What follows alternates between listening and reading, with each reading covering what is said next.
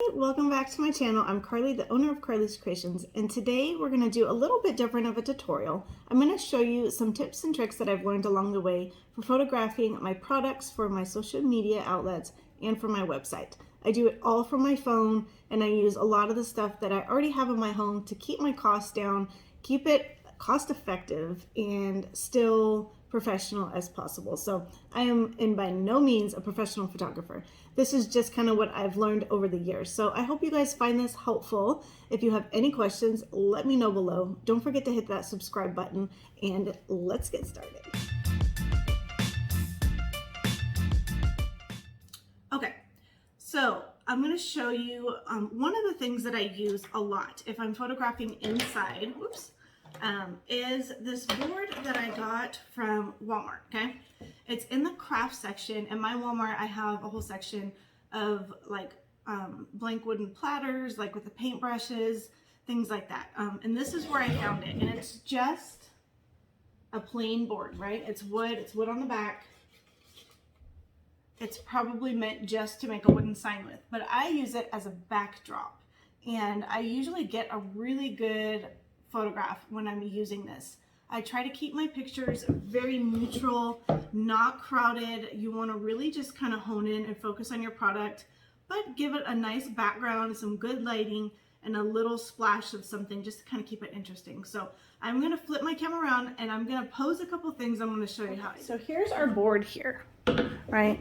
And it's maybe 11 by 17, a little bit bigger than that. So I'm going to show you how I kind of pose a couple different things. One of the things I'm going to start with is these pens, for example, okay? So these are pens that I have up on my website, and I try to just keep it simple, but I try to give it kind of an interesting look.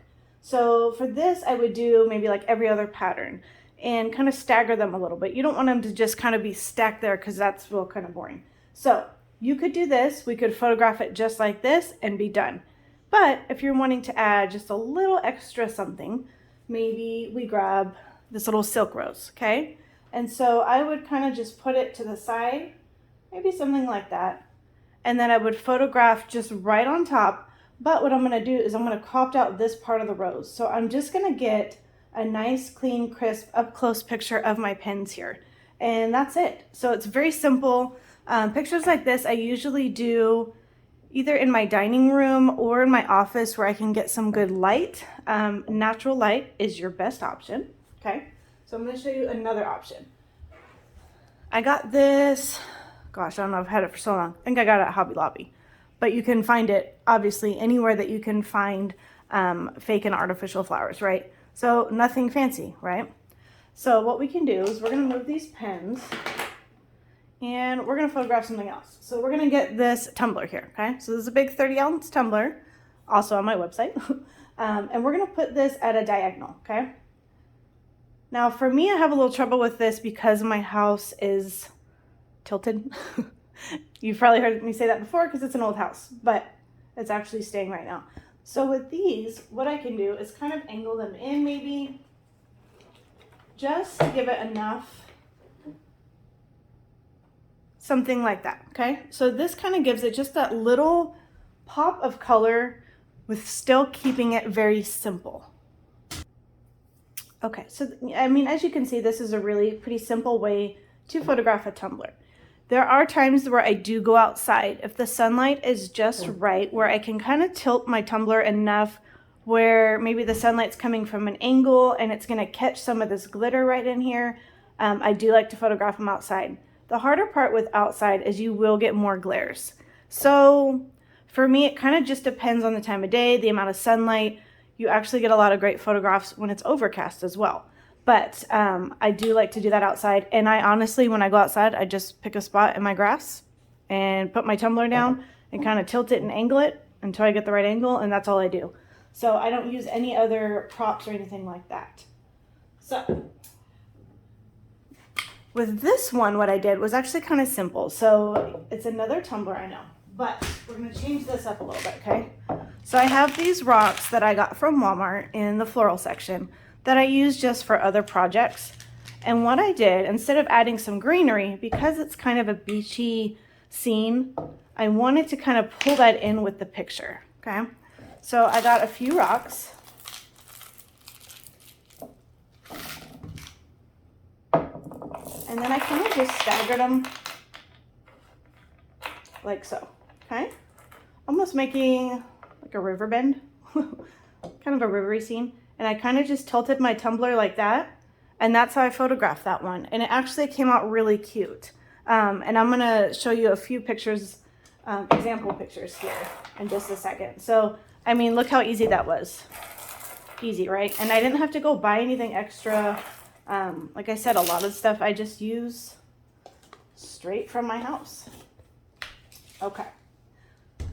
So this is also another item that I use quite a bit. It's this little wreath that I got from a catalog. I don't know, it was so long ago, I can't even remember.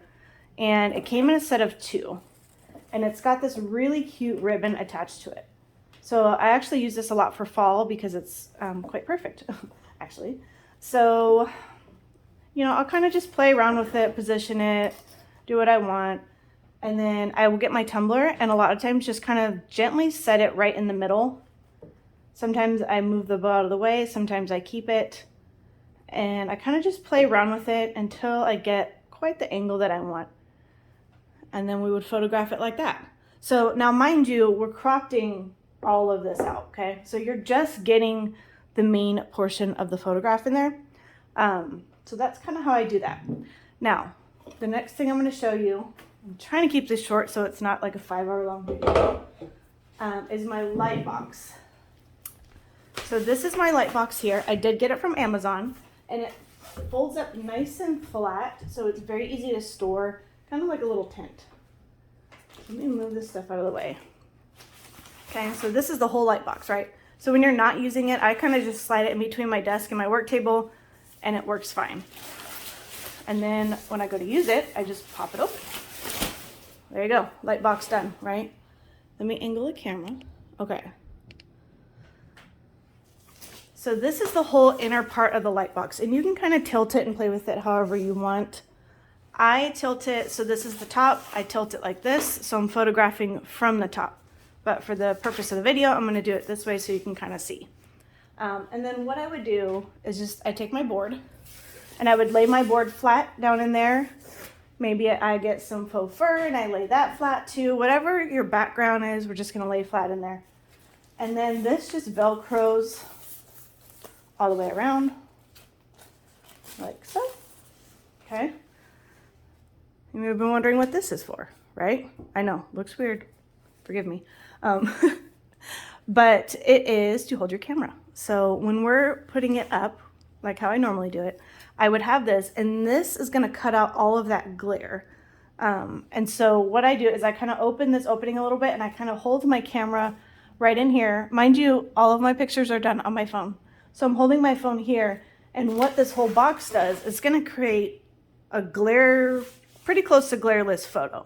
So on the days where it's just like, you know, it's just not working with natural sunlight, this is when I pull out my light box, and this really does come in handy. I have definitely got my money's worth from this. It does come with 2 lights and a few colored backdrops, which I'll be honest, I've never used. I just use my own thing. The lights I've also never used as well. So that will be personal preference. I find when I use those kind of lights, I do get more of a glare. So that could just be me and my current room situation, things like that. A lot of those things do come into play, but super easy, right? So when we're done, collapse it back down, and the light box is easily stored. Okay, so I'm going to show you 2 more things, and then that's pretty much it. The way I photograph my little phone grips here, I have them on a card with my logo up here. So a lot of times when I photograph these, I will try to photograph them on my card because it also doubles as a watermark. So that just kind of makes it easier. And I like to keep these very simple. I just place it on the board and kind of zoom in a little bit. I do like to use the portrait mode on my phone. That seems to get the best results. Sometimes the Pro as well. But portrait, usually I'll get some really good shots with my little phone grips here. Now, The last thing I want to show you, and I learned this trick, and it's actually a really awesome trick, and I cannot remember where I learned it, so if it was from you or your video, please let me know below. For stickers, look how cute these are. Are these cute? For stickers, what I do is I just kind of lay them out, fan them out a little bit like this, okay? Okay, sorry about that. I get a little paint bottle or just something small to this kind of size, okay? I know, it looks weird, bear with me here. Okay, and then what we're gonna do is we're gonna put the one sticker on top. Usually I like to have a little bit more, but I only had a few of these printed out. Okay, and so what's gonna happen is when you go to take your picture, I'm gonna move my camera here. And when you go to take your picture, see how that changes? And you really get that pop of the one sticker, and it really makes a great photograph, especially if I'm using the portrait mode, because on my phone, what it will do is it's gonna focus on this one right here, and it's gonna kind of blur these out a little bit, and it gives it just a really cool effect. But would you have ever have guessed?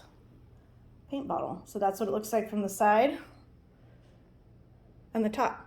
Pretty cool, right? So those are my few little tips and tricks of how I photograph everything. Again, I don't have any fancy equipment. I don't have any fancy cameras. All of the photographs that you see on my social media and my website are from my phone. I do have a Galaxy Samsung Note 10, I think is what my phone is. But it works just perfect for me. And if I could save the money and have that go somewhere else in my business, I would much rather do that. So I hope this was kind of helpful for you. If you guys have any other questions or you want other videos kind of going a little bit more into depth and detail with this, please let me know below. And in the meantime, we'll see you on the next video. Bye.